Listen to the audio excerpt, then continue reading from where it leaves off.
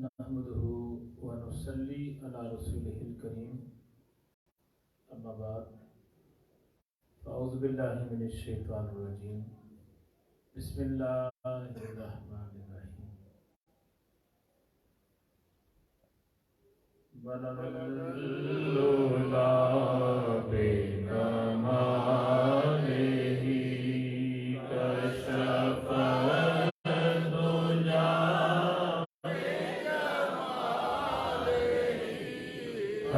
حسن جميع خصاله صلوا عليه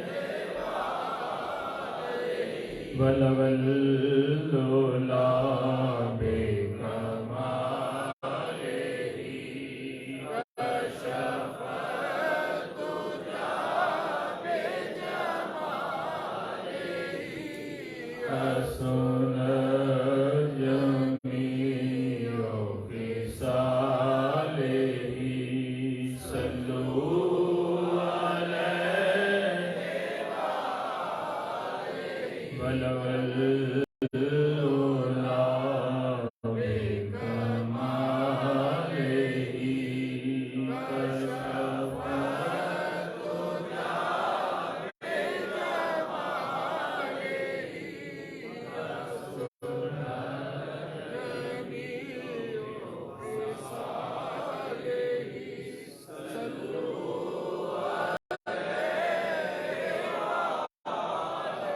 صلو علیہ وآلہ وصحبہ وبارک وسلم۔ پہلے تو اللہ تعالیٰ کا یہ کرم خاص ہے کہ اللہ پاک نے ہمیں اپنے گھر میں بلا کے نماز پڑھنے کی، قرآن پاک پڑھنے کی اور اپنی عبادت کرنے کی اللہ نے ہمیں توفیق عطا فرمائی۔ یہ بات ذہن میں رکھیں کہ میں ہر جمعے کو یہ بات آپ کو کہتا ہوں کہ مسجد میں آنا یا عبادت کرنا یا اللہ کی طرف اپنا رخ کرنا یہ بندے کے بس میں نہیں ہے، اس کے کرم پر ہے۔ اس کا کرم شامل حال نہ ہو تو بندہ کچھ نہیں کرتا۔ بہت سارے ایسے لوگ جو ترستے ہیں اس بات کو کہ ہمیں مسجد جانے کی توفیق مل جائے، بہت سارے ایسے لوگ ترستے ہیں اس بات کو کہ ہمیں نمازی ہونے کی توفیق مل جائے۔ بہت سارے ایسے لوگ جو خواہش مند ہے اس بات کے کہ اللہ تعالیٰ ہمیں قرآن پڑھنے کی، پڑھانے کی، سیکھنے کی، سکھانے کی، مسجد میں جانے کی، مسجد کا کام کرنے کی اللہ توفیق دے۔ لیکن دنیا میں جتنے لوگ بھی ہیں نا وہ کماتے بھی ہیں، گھر کا نظام بھی چلاتے ہیں، نظام زندگی بھی چلتا ہے، لیکن ہر کسی کا پیسہ مسجد کی تعمیر میں نہیں لگتا۔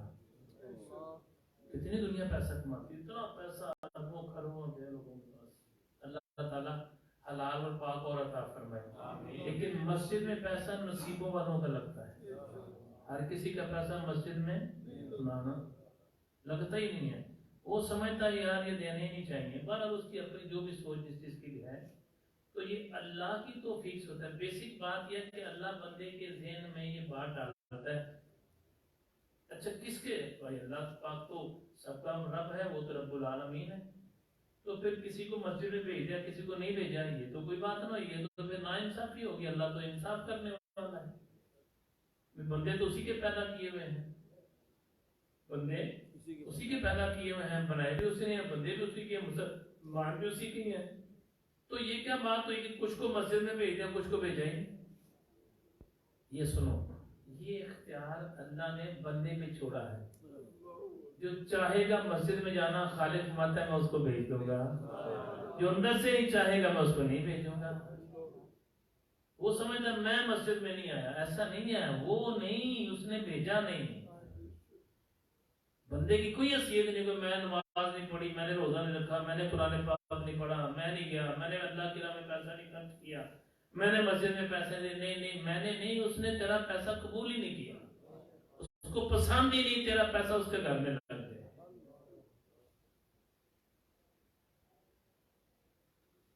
تو نیکی اللہ تعالیٰ کی توفیق کے بعد اسی طرح اسی چیز کو اٹھا کے ایمان پہ لے آئے نا، کہ ایمان جو ہے وہ ہر اللہ نے تو سارے لوگوں کو پیدا کر دیا، لیکن ایمان بھی مسلمان مسلمان کے بچے کو پیدا ہوتے ہی جب مسلمانوں کے گھر میں پیدا ہوا تو اس کو بائی برتھ ہی ساری دین کی باتیں ملنا شروع ہو گئی.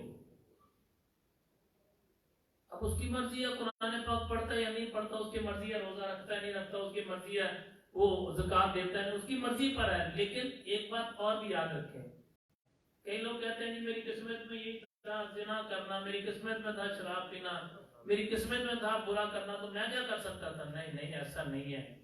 اللہ تعالیٰ نے کسی کی قسمت میں بھی زنا لکھا ہی نہیں ہے، کسی کی قسمت میں شراب لکھی نہیں ہے. پھر اللہ کیا چاہتا ہے، اللہ کیا فرماتا ہے؟ توجہ طلب بات ہے تاکہ ایمان بچا رہے. اللہ تعالیٰ نے بندے کو ایک گاڑی دے دی. کیا دے دیا؟ گاڑی. جیسے ایک بندے کے پاس گاڑی آ جائے ڈرائیونگ کرنے کے لیے، اب بندے کو اختیار دیا اس کو مار لے یا اس کو بچا لے. اس کو عقل سمجھداری سے سیدھا اپنی منزل مقصود پر لے جائے یا راستے میں کسی کو مار دے، خود بھی مرے یا دوسروں کو مار دے. اور یاد رکھیں گاڑی چلانے والا بندہ چند سیکنڈ کے لیے سو جائے تو جان چلی جاتی. غلط تو نہیں کہہ رہا؟ گاڑی چلا رہا اور چند سیکنڈ کے لیے سو جائے تو جتنے لوگ بیٹھے ہیں ان کی بھی ساتھ جان چلی جاتی ہے. یاد رکھیں جیسے گاڑی چلانے والا چند سیکنڈ کے لیے سوئے جو جان چلی جاتی ہے نا، ایسے ایمان والا چند سیکنڈ کے لیے کوئی غلط سوچ لے تو ایمان بھی چلا جاتا ہے.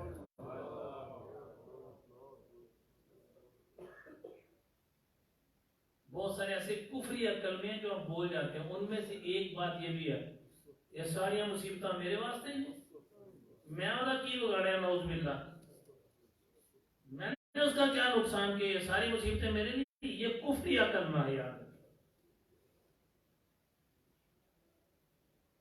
میرے بھائیوں، پردے میں سننے والی بہنوں اور بیٹیوں، خوش قسمت ہیں وہ لوگ جو نماز پڑھتے ہیں، جو قرآن پڑھتے ہیں، جو اللہ کی راہ میں خرچ کرتے ہیں، جو اللہ سے ڈرتے ہیں. یوں کہہ لو سادہ سے الفاظ میں، اللہ سے ڈرنے والا یا اللہ پاک سے ڈرنے والی کبھی بے نمازی رہتے ہی نہیں ہے. ہاں جی، اللہ تعالیٰ ان کو مرنے سے پہلے ایمان کی دولت سے مالا مال بھی کرے گا اور ان کو نمازی کر کے مارے گا. یہ بات ذہن میں رکھیں آپ. یہ گناہوں سے بچنا. دیکھیں ایک بات توجہ طلب ہے، دیکھیں کہ کسی بندے نے گناہ کیا اور اس کو اس حالت میں موت نہیں آئی، یہ اللہ کا کرم ہے، ورنہ اسی ٹائم موت آ جاتی کیا کر سکتا ہے بندہ. ایک بندے نے برا عمل کیا اور اس کو موت نہیں آئی، اس کا مطلب ہے اللہ چاہتا ہے، اس نے تجھے توبہ کا موقع دے دیا کہ بھی تیرے پاس وقت ہے تو اپنی اللہ کی بارگاہ میں توبہ کر.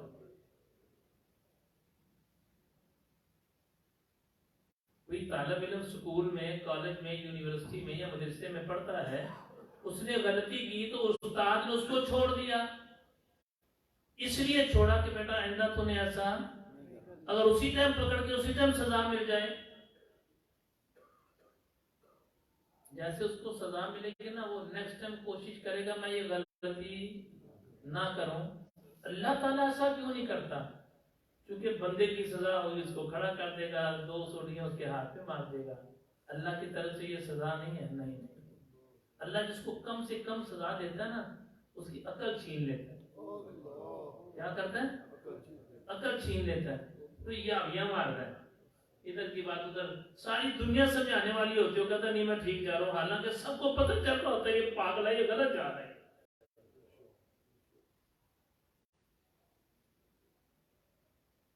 تو ہم مسلمان ہیں اللہ کے کرم سے. اللہ تعالیٰ نے ہمیں ایک کتاب دی ہے جس کا نام رکھا ہے قرآن. کیا رکھا ہے نام؟ قرآن. کیا ہے وہ کتاب؟ قرآن. اچھا، وہ کتاب بھیجنے والا کون ہے؟ اللہ. یہ بات توجہ طلب ہے، بھیجنے والا کون ہے؟ اللہ. اور اس کو لانے والے کون ہیں؟ جبرائیل علیہ السلام، فرشتوں کے سردار. اور جن پر نازل ہوا ہے وہ ہیں انبیاء کے سردار.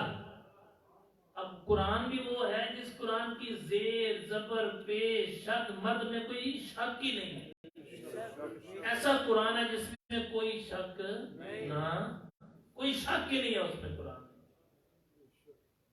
اب ہم نے کیا کیا ہے، ہم نے کیا یہ ہے کہ ہم نے قرآن کو اتنا اوپر کیا ہے کہ وہ ہماری ہاتھ سے پہنچ سے باہر ہو گیا۔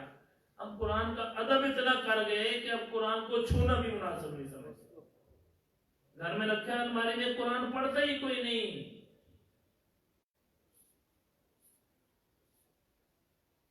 پتہ ہے میرے نبی لاجپال آقا علیہ السلام نے کیا فرمایا؟ بلکہ اس سے پہلے اللہ تعالیٰ قرآن پاک میں کیا فرماتا ہے؟ اللہ پاک قرآن پاک میں فرماتا ہے وَنُنَزِّلُ مِنَ الْقُرْآنِ مَا هُوَ شِفَاءٌ۔ فرمایا قرآن پاک میں کیا فرمایا؟ وَنُنَزِّلُ مِنَ الْقُرْآنِ مَا هُوَ شِفَاءٌ وَرَحْمَةٌ لِّلْمُؤْمِنِينَ وَلَا يَزِدِ الظَّالِمِينَ إِلَّا خَسَارًا۔ قرآن اعلان کر رہا ہے، اب سنیں ذرا قرآن کیا اعلان کرتا ہے۔ قرآن پاک یہ اعلان کرتا ہے، اور ہم نے قرآن میں وہ چیزیں نازل فرما رہے ہیں جو ایمان والوں کے لیے شفا ہے۔ کیا ہے؟ ان کے لیے شفا ہے، ہر کسی کے لیے نہیں۔ یا ایھا الذین آمنوا صرف ایمان والوں کے لیے شفا ہے۔ قرآن میں شفا کن کے لیے ہے؟ پھر بولیں، پھر بولیں، کن کے لیے شفا ہے؟ ہر کسی کے لیے شفا۔ باقاعدہ طور پر اس کو اعلان کر دیا، شفا کن کے لیے ہے؟ ایمان والوں کے لیے شفا اور رحمت ہے، دونوں چیزیں کیا ہیں؟ قرآن میں کیا ہے؟ شفا اور رحمت کن کے لیے؟ جو ایمان والا۔ اور ظالموں کے لیے تو صرف نقصان میں ہی اضافہ ہے۔ ظالموں کے لیے تو نقصان ہے اور اسی نقصان میں ان کا اضافہ ہوتا ہے۔ نقصان ظالموں کے لیے تو نقصان ہی نقصان ہے نا، وہ تو پسند ہی نہیں، اللہ تعالیٰ ان کو پسند نہیں کرتا ہے، ایسا نہیں کہ وہ نہیں پسند کرتے، اللہ نے ان کے لیے نقصان رکھا ہے۔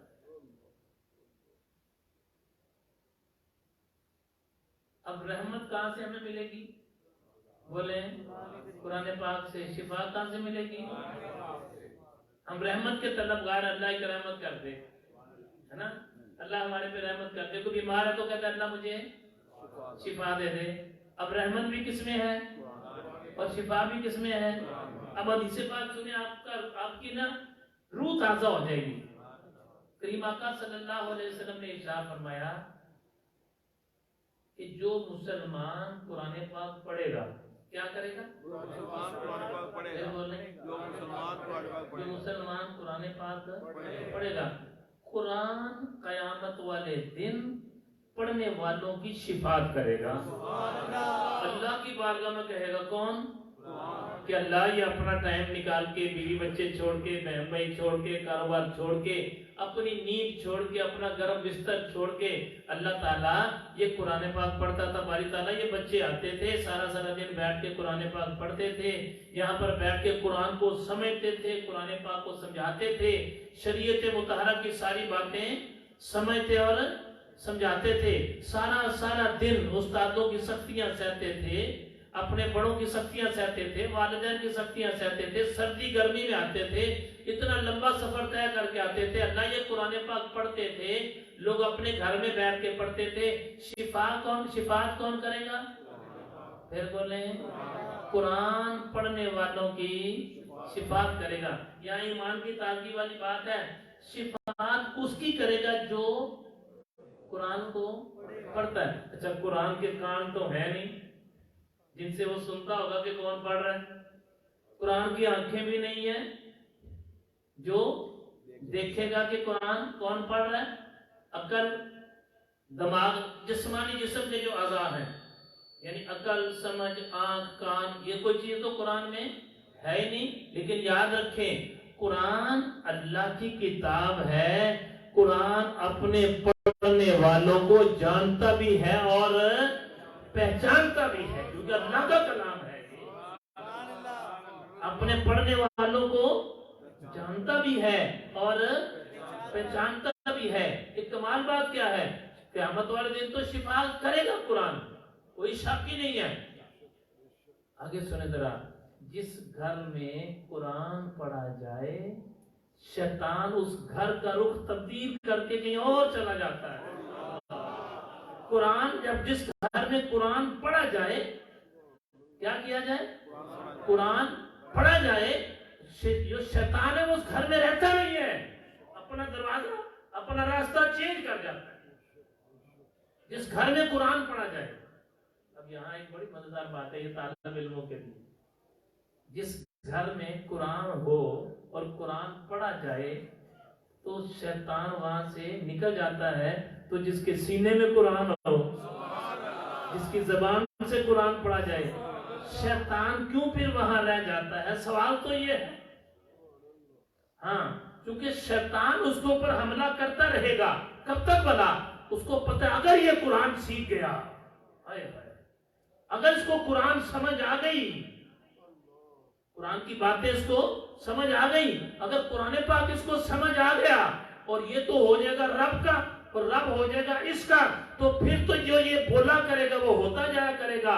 اس کی زبان سے جو بات نکلے گی کائنات کا مالک پوری کر دے گا.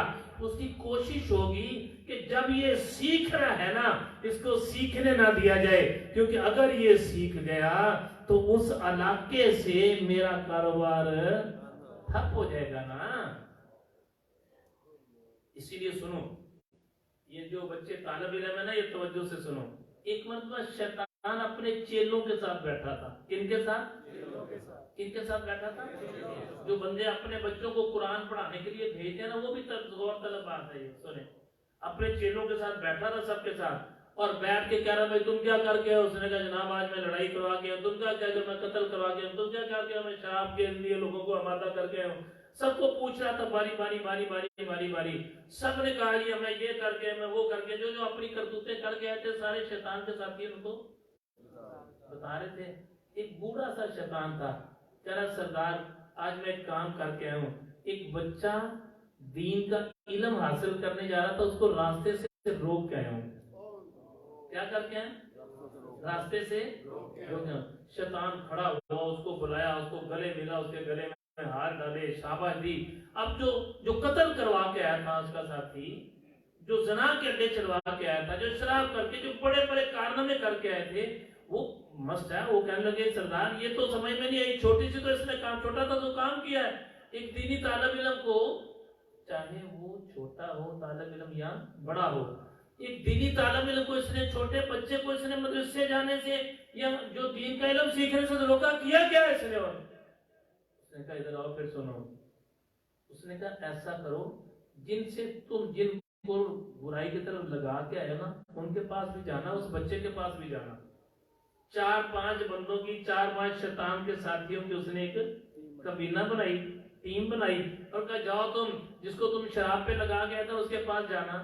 ایک چھوٹی سی شیشی دے دی, جیسے عطر والی شیشی ہوتی ہے نا چھوٹی, یعنی جا کے اس سے پوچھنا جس کو تم برائی پہ لگا گئے تھے کہ اللہ تعالیٰ اس شیشی میں ساری روح زمین کو بند کر سکتا ہے.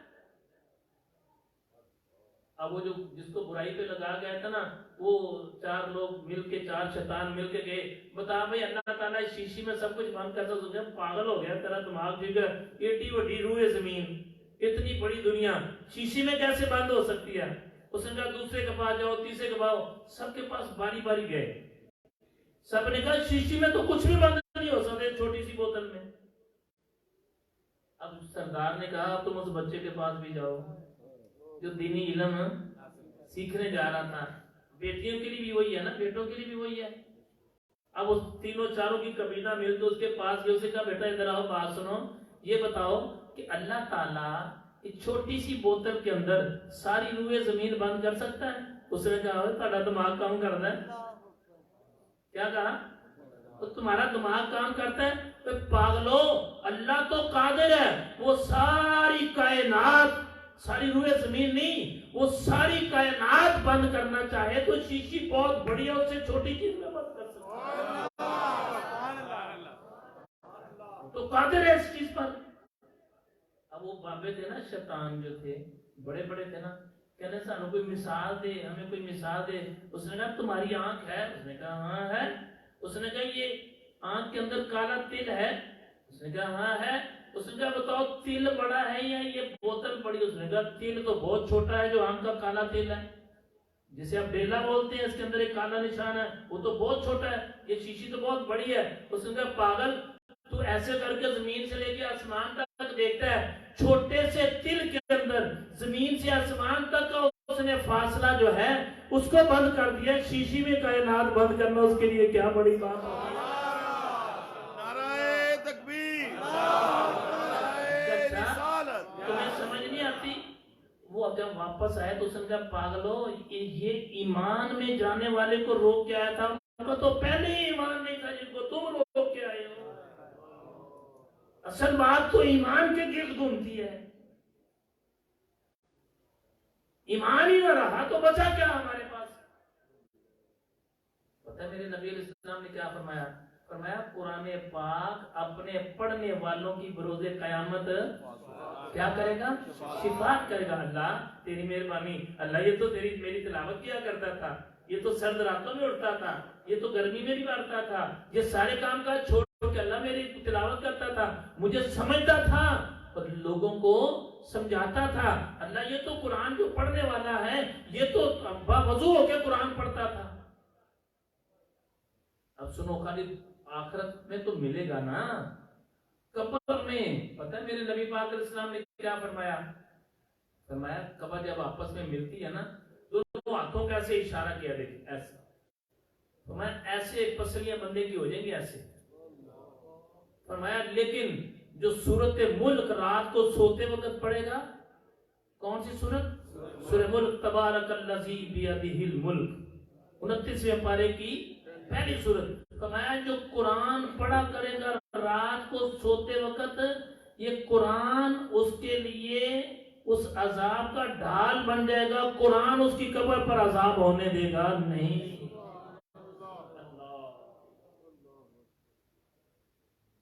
اور اگلی بات بھی سنیں، فرمایا کہ قرآن پاک پڑھنے والوں کی کیا کرے گا؟ کن کی شفاعت کرے گا؟ قرآن کو پڑھنے والوں کی. آگے حدیث پاک سنیں، ایمان تازہ ہو جاتا ہے خدا کی قسم. پھر میرے نبی علیہ السلام نے کیا فرمایا؟ اللہ فرمایا کہ قرآن پاک جو پڑھنے والا ہے اس کا تو انعام حشر میں بھی، قبر میں بھی، دنیا میں بھی. اب دنیا میں سنو، جو بندہ قرآن پڑھتا ہے نا، کیا کرتا ہے؟ روزانہ صبح اپنے گھر میں قرآن پاک پڑھتا ہے، اس کے ذہن میں سارا دن نیگیٹیوٹی نہیں آتی. ہاں اگر نیگیٹو خیال آ بھی جائے تو قرآن کی برکت سے وہ بچا رہتا ہے. قرآن پاک کی پڑھنے کی برکت اتنی ہے کیا ہوتا ہے؟ وہ بچا رہتا ہے وہ. لیکن یاد رکھو سب سے زیادہ شیطان حملہ کرتا ہے پڑھنے والوں کے. ان پہ حملہ کرتا ہے سیکھنے والوں پر، پڑھنے والوں پر. اس کو پتا ہے اگر ان کو سمجھ آ گئی مست ہے، پھر تو یہ لحاظ نہیں کریں گے نا. تو قرآن پاک جو بندہ اپنے گھر میں صبح کے ٹائم تلاوت قرآن، ہمارے معاشرے میں ہر کام شارٹ رستہ ڈھونڈ لیا ہم نے. اب ہم نے کیا رستہ ڈھونڈا ہوا ہے؟ صبح اٹھتے ہیں آرام سے جا کے کیبل پہ یا نیٹ کے اوپر یا ٹیلی ویژن پر یا موبائل پہ یا ہم نے اپنے لیپ ٹاپ کھول کے اور اس کے اندر جو تلاوت ہے اس کو لگا دیتے ہیں کہ ہمارے گھر میں قرآن پڑھا جا رہا ہے.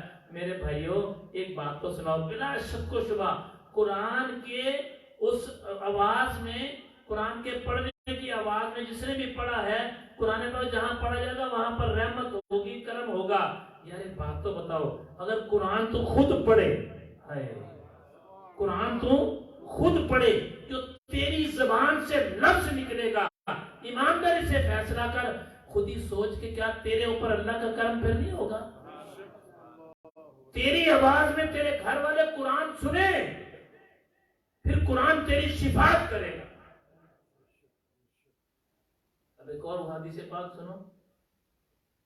یہ دنیا میں کوئی بادشاہ کہہ دے مثال کے طور پر کہ فلاں بندہ بڑا چنگا ہے، تو اس بادشاہ کے اتنے فالوور ہیں نا، اس بندے کے پیچھے جائیں گے، یار بادشاہ نے کہہ دیا یہ بندہ بڑا اچھا ہے. کوئی پیر صاحب، کوئی عالم دین، کوئی مفتی صاحب، کوئی علامہ صاحب، اپنے جو ان کے پاس مقتدی آتے ہیں، جو لوگ ان کے موت کہتے ہیں، عقیدت مند آنے والے ہیں، ان کے بارے میں کہتے ہیں یہ فلاں بندہ بڑا اچھا ہے. وہ اسٹیج پر بیٹھ کے یہ کہہ دیں کہ فلاں بندہ بڑا اچھا ہے، ان کے ماننے والے سارے اس بندے کا بہت احترام کریں گے کہ پیر صاحب نے کہہ دیا، علامہ صاحب نے کہہ دیا، مفتی صاحب نے کہہ دیا کہ جناب یہ بندہ بڑا اچھا ہے. اب سنو، اللہ کس کو اچھا کہتا ہے؟ نبی کریم علیہ السلام کس کو اچھا کہتے ہیں؟ آئیں ذرا، میرے آپ کے نبی پاک علیہ السلام نے ارشاد فرمایا تم میں سے بہتر وہ ہے. آئے ہائے، کون؟ تم میں سے بہتر وہ ہے، تم میں سے اچھا، تم میں سے بہتر وہ ہے جو قرآن پڑھتا اور قرآن پڑھاتا ہے. تم میں سے بہتر وہ ہے، اعلان کر دیا. تم میں سے بہتر وہ ہے جو قرآن پاک کو پڑھتا اور قرآن کو پڑھاتا ہے. اب دونوں چیزیں بتائی ہیں. اچھا، اس میں بڑی مزیدار بات ہے، یہ کہیں نہیں فرمایا کہ جس کو سمجھ آئے گی اس کو وہ بہتر ہے. نہ فرمایا جو بھی قرآن پڑھے گا، اللہ کیا کرے گا؟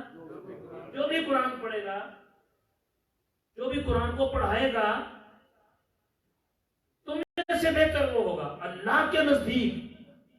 حضرت علی رضی اللہ تعالیٰ فرماتے ایک دفعہ قریب سے گزر رہے تھے، یہ بچے پڑھنے والوں کے لیے بتانا چاہتا ہوں. تو اندر سے مسجد کے اندر سے قرآن پڑھنے کی آوازیں آ رہی تھی اور پڑھانے کی آوازیں، جیسے بچے پڑھ رہے ہوتے ہیں. تو حضرت علی قریب سے گزرے، فرمایا اللہ کے محبوب علیہ السلام کو سب سے زیادہ پسندیدہ بندے یہ ہیں جو قرآن پڑھتے ہیں اور قرآن سیکھتے اور سکھاتے ہیں. اللہ کو سب سے، اللہ کے نبی کو سب سے زیادہ یہ پسند ہے. اپنے گھر میں قرآن کھولیں، برکت ہوگی. پیر صاحب سے تعویذ لے کے جاتے ہیں، میرے گھر میں برکت ہو. قسم خدا کی منبر رسول پر بیٹھ کے کہہ رہا ہوں، میں کہوں اگر تو پیر صاحب تعویذ دیتے ہیں نا قرآن پاک کی آیت مبارکہ، پھر تو اس میں کوئی شک نہیں ہے نا. کوئی بھی پیر صاحب ہے یا کوئی عالم دین ہے یا کوئی بزرگ ہے، اگر آپ کو قرآن کی آیتیں دیتے ہیں پھر تو پریکٹس ہوتے، پھر تو زبردست ہے نا. اگر قرآن سے ہٹ کے کوئی چیز دیتے ہیں تو میں کہتا ہوں وہ گھر میں چیز رکھنے سے کروڑ درجے بہتر ہے. صبح اٹھ کے تلاوت قرآن کر، تیرے گھر میں برکت ہی برکت ہو. شر سے تیرا گھر بچ جائے گا، شیطانیت سے تیرا گھر بچ جائے گا.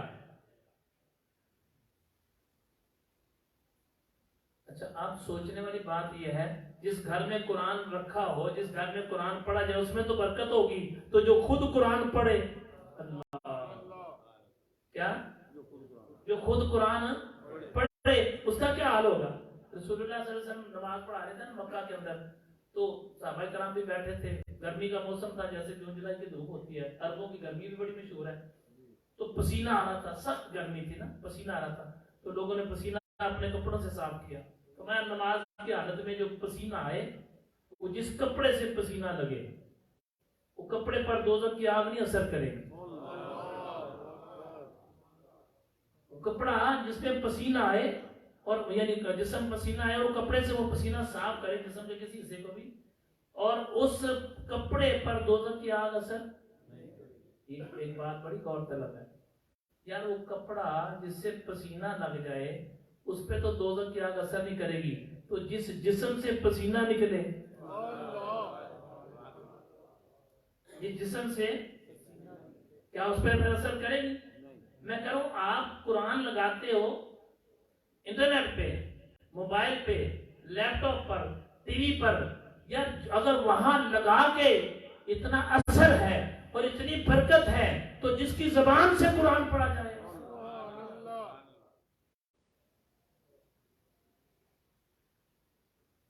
ہمارے معاشرے کا ایک بڑا عجیب سا ماحول ہے، قرآن کو اتنا اوپر رکھ دیا کہ ادب اتنا ہے کہ اس کو ہاتھ بھی نہیں لگانا. تو یہ ادب نہیں ہے، یہ قرآن کو قید کرنا ہے. اپنے گھروں میں ہر بندہ قرآن پاک پڑھے. کیا کرے؟ ہر بندہ قرآن کو پڑھے. کیا کرے؟ ہر بندہ قرآن پاک کو پڑھے. اور یاد رکھو، قرآن کو پڑھنے والا نامراد نہیں رہتا. میری زندگی کا تجربہ یہ ہے، قرآن پاک کا پڑھنے والے کو تعویذوں کی ضرورت نہیں رہتی. پڑھے ترجمہ، پھر ترجمہ قرآن کا، اور ترجمہ بھی احمد رضا خان بریلوی علیہ رحمہ کا، اللہ ان کی قبر پر کروڑوں رحمت نازل. عاشقوں کے امام ہے نا. ترجمے سے جب قرآن پڑھیں گے تو کیا انعام ملے گا؟ نبی کریم علیہ السلام نے فرمایا تم میں سے بہتر وہ ہے جو قرآن پڑھے اور قرآن پڑھائے. دوسرا کیا فرمایا؟ میں قرآن پاک اپنے پڑھنے والوں کی شفاعت کرے گا قیامت والے دن. میرے بھائیوں، پردے میں سننے والی بہنوں اور بیٹیوں، قرآن پاک ہمارے گھر میں نے شروع سے بات یہاں شروع کی ہے. اللہ نے قرآن کو بھیجا. کس نے؟ اللہ کی طرف سے آیا. نبی کریم علیہ السلام پر نازل ہوا. جبرائیل آنے والے. آج ہمارے پاس غلاف کعبہ آ جائے تو ہم چوم چوم کے سانس نہیں لیتے، حالانکہ کعبے کا غلاف تو کسی بندے نے بنایا ہے نا. پتہ چلے جناب غوث اعظم کے مزار کی چادر آ گئی ہے. کیا آ گئی ہے؟ داتا صاحب کے مزار کی چادر آ گئی. ہم کیا کرتے ہیں؟ بولو. سنی ہے؟ کیا کرتے ہیں؟ یہ مسئلے کی بات بھی سن لینا سنیوں. ہمارے احمد اللہ خان بریلوی جو ہمارے بزرگ گزرے ہیں، علماء، بہت بڑے عالموں کے استاد بھی، پتہ ہے کیا فرماتے ہیں مزار پہ حاضری کیسے دینی؟ فرمایا جب مزار پہ جایا کرو تو 4 ہاتھ پیچھے کھڑا ہوا کرو. کیا کیا کرو؟ 4 ہاتھ. ہاں جی، یہ بچے جو طالب علم ہیں توجہ سے بات سن لو. 4 ہاتھوں سے پیچھے کھڑے ہو کے اللہ کی بارگاہ میں دعا کرو، فاتحہ خوانی کرو. اللہ جس طرح تو نے ان پہ کرم کیا سے مجھ پہ بھی کرم کر دے. ہم نے پتہ نہیں کیا کچھ بنا لیا. جاتے ہیں پتہ نہیں وہاں پہ سجدے کرتے ہیں، پتہ نہیں کیا ماتھے ٹیکتے ہیں. سنیو یا رسول اللہ کہنے والا کسی غلط فہمی میں نہیں رہنا. اگر میری بات میں یقین نہ ہے تو احمد رضا خان بریلوی علیہ رحمہ کا فتویٰ پڑھ کے دیکھ لو. تم جا کے میں مزار پہ جاؤ تو سلام پیش کرو، جا کے فاتحہ نہیں کرو. آپ بزرگ ہیں ان کے پاس عقیدت سے جاتے ہو، جا کے تو بابا جی نگاہ کرم فرما دو، میری پریشانی دور ہو جائے. یہ کہنا کوئی جرم نہیں ہے کہ ہم نے شارٹ راستہ ڈھونڈ لیا. مزاروں پہ جاتے ہیں، سامنے جماعت کھڑی ہوتی ہے، نماز نہیں پڑھنی، مزار پہ سلام پہ ہم نے زور دینا ہے. تو قرآن کیا اعلان کرتا ہے اپنے پڑھنے والوں کے لیے؟ پھر بولیں قرآن کیا کرے گا؟ شفاعت کرے گا. کس کی؟ پھر بولیں. آپ نے اکثر دیکھا ہوگا کہتے ہیں جی گھر میں قرآن رکھا تھا، سارا گھر جل گیا، قرآن بچ گیا. آپ نے اکثر سنا ہوگا. ایسا ہی بولے تو صحیح. یار یہ بات ہمیں بڑی سمجھ آتی ہے. ہم اس قرآن کی زیارت کرنے چلے جاتے ہیں جو بچ گیا ہے. یہ عقل نہیں کام کرتی. اگر تیرے سینے میں قرآن ہو تو وہ کیا کیا کہے گی پھر تجھے؟ کیوں نہیں سمجھ آ رہی تجھے؟ تو اگر قرآن پڑھنے والا ہو تو پھر دوزخ کیا تجھے کیا کہے گی؟ اگر تیرے سینے میں قرآن ہے، تو قرآن کو پڑھتا ہے، تو قرآن پاک کو پڑھاتا ہے، تو قرآن کا عمل کرتا ہے قرآن پر پڑھ کے، خود ہی ایمانداری سے فیصلہ کر لے.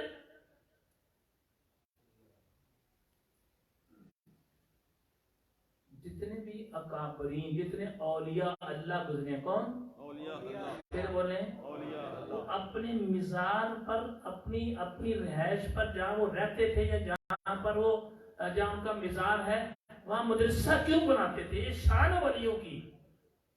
اب تو پتہ نہیں نا، مطلب جو دنیا کا کرپٹ ترین بندہ بھی مر جاتا ہے اس کے گھر والے اس کا مزار بنا دیتے ہیں. ہم نے مزار کو جو ہے نا ولایت سے اس کو تصور دے دیا کہ بس جہاں مزار ہے وہی ولی ہے. ولیوں کی شان یہ تھی کہ جہاں وہ بیٹھتے تھے وہاں مدرسہ بناتے تھے. ان کو پتہ تھا اگر ہماری شفاعت کرے گا تو قرآن کرے. ان کو پتہ تھا اگر ہماری قبر میں برکت ہوگی تو قرآن کے پڑھنے پڑھانے سے ہوگی، قرآن کی برکت سے ہوگی.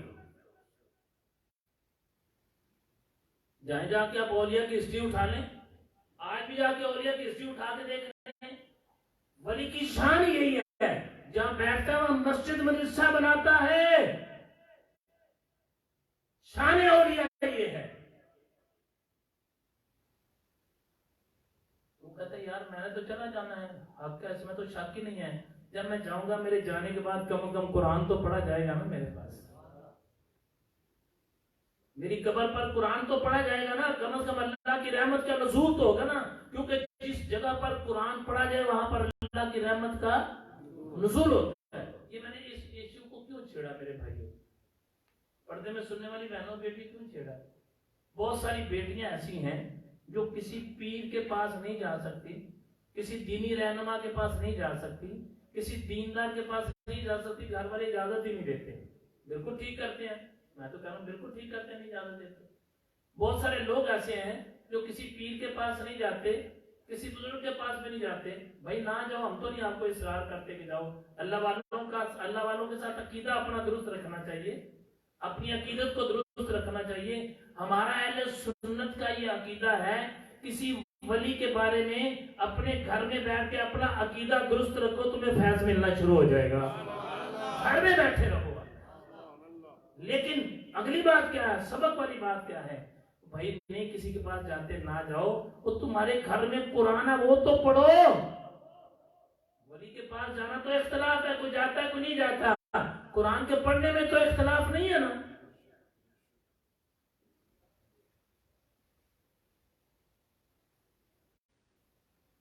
اور یاد رکھیں، جس جگہ پر قرآن پاک پڑھا جائے کیا کیا جائے، اللہ کے فرشتے اس گھر کی زیارت کے لیے آتے ہیں. کیا کرتے ہیں؟ پھر بولو، جس جگہ پر قرآن پڑھا جائے اللہ کے فرشتے اس گھر کی زیارت کے لیے آتے ہیں. کس گھر کی؟ جس گھر میں قرآن پڑھا جائے اللہ کے فرشتے اس گھر کی زیارت کے لیے آتے ہیں. اللہ نے قرآن میں کیا فرمایا، وَنُنَزِّلُ مِنَ الْقُرْآنِ مَا هُوَ شِفَاءٌ. مومنوں کے لیے اس میں شفا اور رحمت ہے، ہر کسی کے لیے نہیں. مومن جو ایمان والا ہے وہ مومن ہے، جس نے ایمان لایا اللہ پر، اس کے رسول پر، اس کی کتابوں پر، یوم آخرت پر. ہاں ایک اور بات بھی ذہن میں رکھے، یہاں پر یہ نہیں اعلان فرمایا کہ گناہگاروں کے لیے رحمت نہیں ہے. نہیں، رحمت ہے ہی گناہگاروں کے لیے. اللہ ہے تو سب کے لیے نا، لیکن گناہگار کرنا مستفید ہو گے نا اس سے.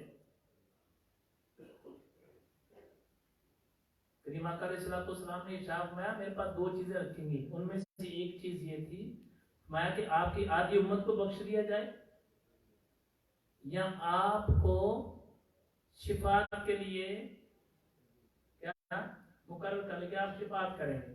تو کریم آقا صلی اللہ علیہ وسلم نے فرمایا کہ میں نے اس بات کو پسند کیا یا اس بات کا انتخاب کیا کہ اللہ تو مجھے شفاعت کرنے والا کون، کیوں بنا.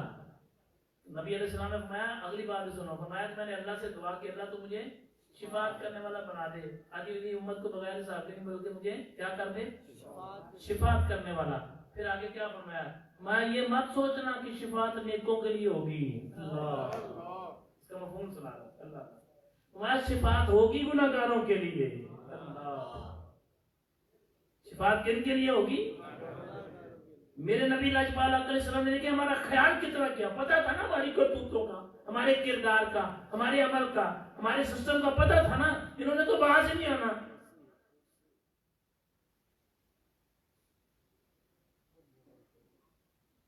ہم پیر صاحب سے تعویذ لے کے جاتے ہیں اور ہمارا یقین ہے کہ وہ اپنے پاس جب رکھتے ہیں تو اللہ ہمیں شفا دے دیتا ہے. یقین کی بات ہے. اگر قرآن کی آیت ہے تو یہ یقین رکھنا بری بات نہیں ہے. اگر دینے والے نے قرآن کی آیت دی، دینے والے نے قرآن کی آیت لی تو یہ یقین رکھنا بری بات نہیں ہے، کیونکہ قرآن شفا دے رہا ہے. میں کہتا ہوں یار پیر صاحب نے قرآن پاک کے ایک لفظ کو یا کسی تعویذ صاحب نے ایک لفظ کو دیا، آپ کو یقین ہو گیا کہ یار اس نے مجھے جو دیا ہے نا اس میں مجھے شفا ہو جائے گی، اللہ نے آپ کو شفا بھی دے دی. یقین رکھنا بھی ٹھیک ہے. ایک آیت پر یقین رکھا تو شفا مل گئی، پورے قرآن پر رکھے گا تو اسی یقین کو اٹھا کے مضبوط کر لینا ہم کہ جب ہم قرآن پڑھیں گے تو شفا ملے گی. ہاں اس میں ایک نقطے کی بات ہے، اللہ نے کسی کی زبان میں تاثیر دی ہوتی ہے، کسی کے ہاتھ میں شفا دی ہوتی ہے، کسی کی زبان میں شفا دی ہوتی ہے. وہ کہتا ہے تو ٹھیک ہونا ہو جاتا ہے، وہ کہتا جا تو اللہ کرم کر دے گا، کر دیتا ہے. لیکن وہ کیا کرتا ہے، وہ گھما پھر آپ کو قرآن پر لگاتا ہے، اپنے پیچھے نہیں لگاتا. کہتا قرآن پڑھ تو یہ تسبیح پڑھے گا تجھے پہ تیرے پہ کرم ہوگا، یہ وظائف پڑھے گا تیری بات بنے گی. کیوں بولا؟ اس کو قرآن سے ملے نا. بے شک اس کی زبان میں شفا مل گئی، اللہ نے دے دی، اس کے ہاتھ میں شفا دے دی، اس کی زبان میں اثر ڈال دیا، جو وہ کہتا ہے وہ ہو جاتا ہے. کریم آقا علیہ السلام نے ارشاد فرمایا میرے بہت سارے بندے ایسے ہیں جو دنیا میں ہیں اور لوگ اپنی حاجتیں لے کے ان کے پاس آتے ہیں. اللہ کیا کرتے ہیں؟ لوگ اپنی حاجتیں لے کے ان کے پاس آتے ہیں. وہ اللہ کے نیک بندے مقربین ہیں اور ان پر دوزخ کی آگ نہیں ہے، پھر حرام ہے ان پر. لیکن وہ کرتے کیا ہیں؟ پھر جو ان کے پاس آتا ہے وہ سیدھا راستہ دکھا کے اس کو اللہ کے پاس بھیج دیتے ہیں. اپنے گرد نہیں گھماتے، نا چڑھاوے جمع نہیں کرتے. ان کا رخ کدھر کر دیتے ہیں؟ اللہ کی طرف، قرآن کی طرف، رسول اللہ صلی اللہ علیہ وسلم کی سنت کی طرف، احکام الہی کی طرف ان کا رخ کر دیتے ہیں. آج کا جمعے کے خطبے سے صرف ایک سبق لے لیں.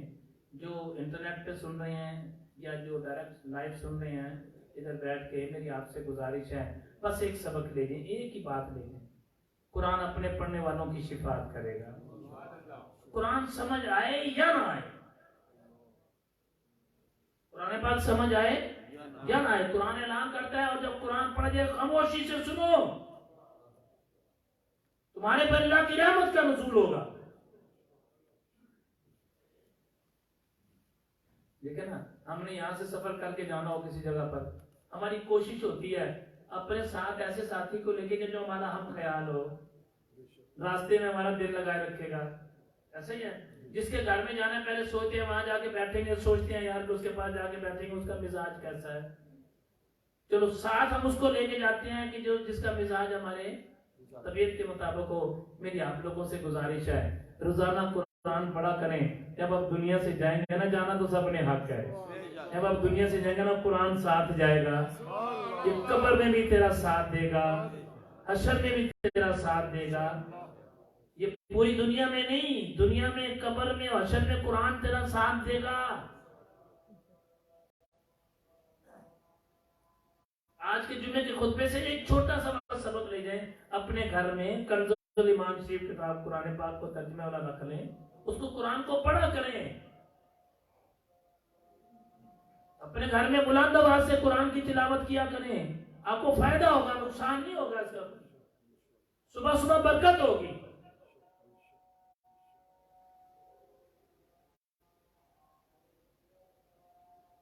قرآن نے اعلان فرمایا کہ وَنُنَزِّلُ مِنَ الْقُرْآنِ مَا هُوَ شِفَاءٌ. قرآن کے اندر شفا بھی اور رحمت بھی ہے، دونوں چیزیں ہیں. باقی تو مکمل ضابطہ حیات ہے نا ہمارا، اس میں قرآن تو مکمل ضابطہ حیات ہے نا. میں نے کیوں اس بات کو اتنا سختی سے زور دے رہا ہوں؟ میرے بھائیوں، ہم قرآن کو بھول گئے. خدا کی قسم بہت سارے لوگ ایسے ہیں جو قرآن کو بھول گئے ہیں. کیا کر گئے ہیں؟ میرے نبی اجمال علیہ السلام فرمایا جو قرآن پاک جس نے یاد کیا اور اس کو بھول گیا، قیامت والے دن اندھا اٹھایا جائے گا. اندھا اٹھایا جائے قرآن کو پڑھ کے بھول گئے.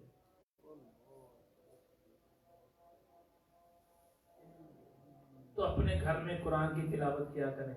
اپنے بچوں کو کہا کریں صبح صبح تلاوت کر کے گھر سے نکلا کریں. اسکول میں جائیں، کالج میں جائیں، یونیورسٹی میں جائیں، کام پہ جائیں، کاروبار پر جائیں، صبح صبح قرآن کی تلاوت کر کے جائیں گے تو بڑا فائدہ کیا ہوگا؟ بڑا فائدہ یہ ہوگا کہ اس کے سارا دن برکت والا گزرے گا، خیر خیر سے گزرے گا، شیطانی شر سے بچا رہے گا، اس کا ایمان بچا رہے گا. واقعہ سنا دیتا ہوں تاکہ ایمان بچا رہے ہمارا. جو قرآن پڑھانے والے ان کی بات کر رہا ہوں، پہلے بھی میں نے سنایا یہ واقعہ بڑی دفعہ، موقع کی مناسبت سے سنا رہا ہوں تاکہ ہمارے اندر قرآن کو پڑھنے اور پڑھانے کا شوق پیدا ہو جائے. قرآن پاک کو پڑھنے والے اور پڑھانے والے توجہ سے سن لیں. اس کے لیے شرط نہیں بلکہ ایک اور حدیث پاک سنیں. کچھ لوگ ایسے ہیں جو کہتے ہیں مجھے قرآن پڑھنا نہیں آتا، سیکھتا نہیں، اڑ کے پڑھتا ہوں. کریم آقا علیہ السلام نے فرمایا کہ جو بندہ قرآن کو اڑ کے پڑھے، سمجھ آ گئی، یعنی پڑھنا نہیں آ رہا اور کوشش کر رہا ہے. فرمایا جو قرآن عام پڑھتا ہے، جو بالکل روانگی سے قرآن پڑھتا ہے، اس کو سنگل ثواب ہوگا، اور جو اڑ کے پڑھتا ہے اس کو ڈبل ثواب ہوگا. ایک قرآن پڑھا، دوسرا اس کو پڑھنا نہیں آ رہا، ڈبل ثواب ہوگا اس کو. ایک واقعہ سنانا چاہ رہا ہوں تاکہ ایمان بچا رہے ہمارا. قرآن پڑھنے والے کا مقام دیکھیں کیا ہوگا. پھر کوئی عورت تھی، بچی تھی، قرآن پاک پڑھاتی تھی اپنے ماں باپ کے گھر میں. کیا کرتی تھی؟ محلے کی باجی ہوتی بچے پڑھانا بھی ہے نا. قرآن پاک پڑھاتی تھی وہ بچی قرآن کو. گھر والوں نے وقت کے مطابق طے کیا اس کی شادی کر دیں، اس کی شادی کر دی. پہلے اس گھر میں ماں باپ کے گھر میں پڑھاتی تھی. اس گھر میں اس نے اپنے شوہر سے کہا اللہ والے جب تو مجھے اپنے کام کاج سے، نظام زندگی سے فارغ کرے، اتنا موقع مجھے دے دے، میں تیرے محلے کے بچوں کو قرآن پڑھایا تھا. وہ بھی آگے کوئی دینی ذہن رکھنے والا دوست نے کبھی مجھے تو کوئی اعتراض نہیں ہے، قرآن پڑھایا تھا. اس نے قرآن پڑھانا شروع کر دیا، زندگی گزر گئی، بچے ہو گئے، بڑے ہو گئے بچے، زندگی گزر گئی قرآن پڑھاتے پڑھاتے، 30-40 سال گزر گئے قرآن پڑھاتے پڑھاتے. جب وہ بوڑھی ہو گئی قرآن پڑھاتے پڑھاتے تو بیمار ہو گئی، قریب المرگ ہو گئی. جب وہ مرنے کے قریب ہو گئی تو اس نے کہا بھی بات سن میری، مجھے پتا چلا کہ اس علاقے میں ایک بندہ رہتا ہے جو کفن چور ہے. کیا کرتا ہے؟ جو کفن چور ہے، کفن چوری کرتا ہے. تو مجھے بڑی شرمندگی ہوتی ہے کہ کہیں وہ قبر میں مجھے ننگا نہ کر دے. میں تو ساری زندگی قرآن پڑھایا. تو ایک کام کر، تو نہ وہ کفن چور کو بلا کے لیا، شوہر سے کہا اس کفن چور کو بلا کے ان کی بات کرو جو قرآن پڑھتے اور پڑھاتے ہیں، ان کی بات کرو، انعام دیکھنا کیا ملتا ہے. اس کو بلا کے لے آؤ. بلانے چلا گیا.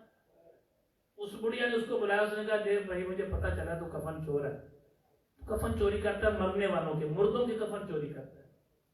آپ سوچتے ہوں گے کیسا بات وقت ہے، اس زمانے میں بھی ایسے ہیں، اس زمانے میں بھی ایسے ہیں. قبروں کی سلیبیں اتار کے بھیج دیتے ہیں، ابھی بھی ہیں لوگ ایسے. اس نے کہا مجھے پتا چلا تو کفن چور ہے. اس نے کہا جی بالکل میں کفن چور ہوں. اس نے کہا کام کرنا تمہیں، تو میرے کفن کے پیسے میرے سے پہلے لے لے کہ مجھے قبر میں ننگا نہ کرنا، تیری مہربانی. اس نے کہا ٹھیک ہے تو پیسے مجھے دے دے. اس نے گن کے اس کو پیسے دے دیے. پیسے لے کے وہ چلا گیا.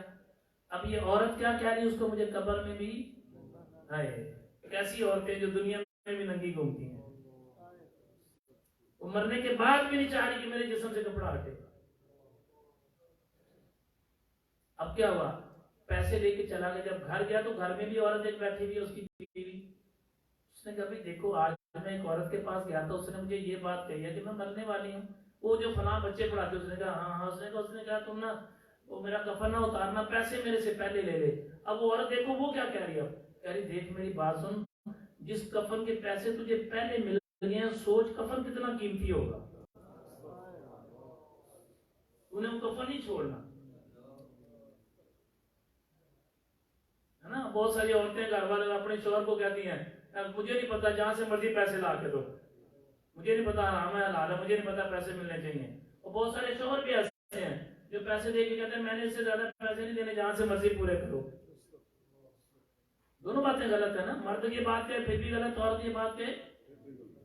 تو عورت نے کہا کہ نہیں تو سوچ جس کے تجھے پیسے پہلے مل گئے ہیں، سوچ وہ کتنا قیمتی کفن ہوگا. اس نے کہا بات تو تمہاری ٹھیک ہے. اس نے کہا ٹھیک ہے شام کو میرا تم نے سارا سامان نکال دینا ہے. اللہ کا کرنا ایسا ہوا کہ اس ان باتوں کے دوران کیا ہوا، اس عورت کا انتقال ہو گیا، مرنے والی کا. اب جو کفن چور ہے اس نے کیا کیا، وہ سیدھا اس کا نماز جنازے میں شامل ہو گیا. جا کے نماز تو پڑھنی آتی نہیں تھی، وہ نہ وضو کیا نہ کچھ بھی نہیں کیا، اور جا کے امام کے پیچھے کھڑا ہو گیا کفن دیکھنے کے لیے. کس نیت سے کھڑا ہوا، پھر بولو کفن دیکھنے کے لیے کھڑا ہو گیا. جا کے جیسے کھڑا ہوا جا کے تو اس نے دیکھا کہ کفن کیسا ہے، جیسے بھی کفن کی صورت آتی دیکھ کے گھر جا کے کہنے لگا کفن تو واقعی بڑا قیمتی ہے. کیا کہنے لگا، کفن تو واقعی بڑا قیمتی. گھر چلا گیا، گھر سے سامان اٹھایا، وہ کئی کوئی جو بھی تھی اس کے بیلچے شیلچے اٹھا کے رات کو قبر سے جب مٹی ہٹائی، سلیب ہٹا کے جب اندر اس نے ہاتھ ڈالنے لگا تو قبر سے آواز آئی جنتی عورت کا جنتی مرد کفن اتار رہا ہے. کیا آواز آئی، جنتی عورت کا جنتی مرد کفن اتار، جنتی عورت کا جنتی مرد جنتی مرد کفن اتار. اس نے کہا پاگل. میں اس نے سوچا شاید یہ میرا میں خیال ہے، میں تو ساری زندگی کفن چوری کیا، اس نے ساری زندگی قرآن پڑھایا، میرا اس کا ملاپ کہاں ہو سکتا ہے. اس نے دوبارہ پھر ہاتھ ڈالا، پھر یہی آواز آئی. تیسری دفعہ پھر ہاتھ ڈالا، پھر کیا آواز ہے، یہی کہ جنتی عورت کا جنتی مرد کفن اتار رہا ہے. 5 دفعہ ہاتھ ڈالا، 5 دفعہ یہی آواز آئی. اخیر میں قبر پہ بیٹھ کے کہتا ہے اللہ والی یہ تو بتا، تو نے تو ساری زندگی قرآن پڑھایا ہے، تو جنتی ہو گئی، میں نے ساری زندگی عورتوں کو مردوں کو مرنے والوں کو ننگا کیا ہے، تو میں جنتی کیسے ہو گیا، میں کیسا جنت میں چلا جاؤں گا، تو جائے گی جنت میں. اندر سے آواز آتی ہے کہ میرے رب نے مجھے سب سے پہلے پوچھا بتا تیری خواہش کیا ہے. مجھے قبر میں پوچھا بتا تیری خواہش کیا ہے. کہ میں نے اللہ سے دعا کیا تھا جس نے میرا جنازہ پڑھا جس نے میرا جنازہ پڑھا تو اس کو معاف کر دے. تو جنازہ پڑھنے والوں میں تو جنازہ پڑھنے والوں میں شامل تھا تو کفن چور. نہ تیری نیت تھی نہ تیرا وضو تھا, تجھے جنازہ آتا تھا, لیکن کائنات کے مالک نے قرآن پڑھانے والے کی برکت سے پڑھنے والوں کو معاف کر دیا. اسی لیے کہتے ہیں جنازہ جب پڑھنے جاؤ تو اللہ کی رضا کے لیے پڑھا کرو. یہ سوچ کے نہ پڑھا کرو وہ کیا کہے گا میرے باپ کے جنازے پر نہیں آیا تھا.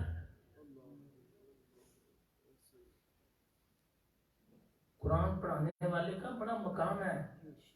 میں آپ کو ٹھیک کہہ رہا ہوں, شرط یہ ہے کہ لالچی کتا نہ ہو کوئی, بس قرآن کو بیچنے والا نہ ہو, نہ اللہ کی رضا کے لیے قرآن پڑھنا ہے تو پڑھانے والا ہو. کچھ لوگ ایسے ہیں نا قرآن کو انہوں نے سورس آف انکم بنا لیا. ایک ہے جو قرآن بیٹھ کے پڑھاتا ہے نا, سارا دن اس نے قرآن پڑھانا ہے, اس کی خدمت تو کرنی چاہیے نا یار. سارا دن اس نے قرآن ہی پڑھانا اور کام ہی کوئی نہیں, منع نہیں ہے یہ. لیکن خدا کے واسطے اپنے گھروں میں قرآن کو پڑھا کرو. کیا کیا کرو؟ قرآن اپنے پڑھنے والوں کی شفاعت کرے گا. اس موضوع پہ کہو نا 4 گھنٹے بولنا تو میں بول سکتا ہوں, 10 گھنٹے ہر عمل عالمی آپ بھی بول سکتے ہیں. یہ معاملہ ہی ایسا ہے. یہ جو جوان ہے نا بیٹھے ہیں, جو بچیاں بیٹھی ہیں, یہ بچیوں کی عادت ہے, کوئی بات نہیں جی جب تک شادی نہیں ہوتی پڑھیں گے پڑھائیں گے, اس کے بعد چلیں گے چھوڑ دیں گے. قرآن کو مرنے تک نہیں چھوڑنا. قرآن تمہیں قیامت والے دن بھی نہیں چھوڑے گا.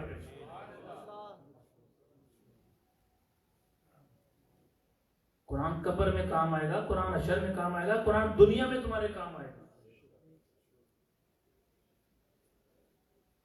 آپ جا کے چیک کر لو جن کی دکانوں پر, کاروباروں میں, فیکٹریوں میں, صبح صبح جا کے جن کے گھروں میں, فیکٹریوں میں, دکانوں میں تلاوت قرآن ہوتی ہے, وہاں پر برکت اور رحمت ہوتی ہے. ان کی کمائیوں میں برکتیں ہوتی ہیں. چاہے ایک پاؤ پڑھ لو جا کے اپنی دکان پہ, کاروبار پہ, اپنے گھر میں, صبح اٹھ کے قرآن پڑھا کرو. قرآن سے دوستی لگا لو. یہ زندگی میں بھی کام آئے گا, مرنے کے بعد بھی تمہارے کام آئے گا. یہ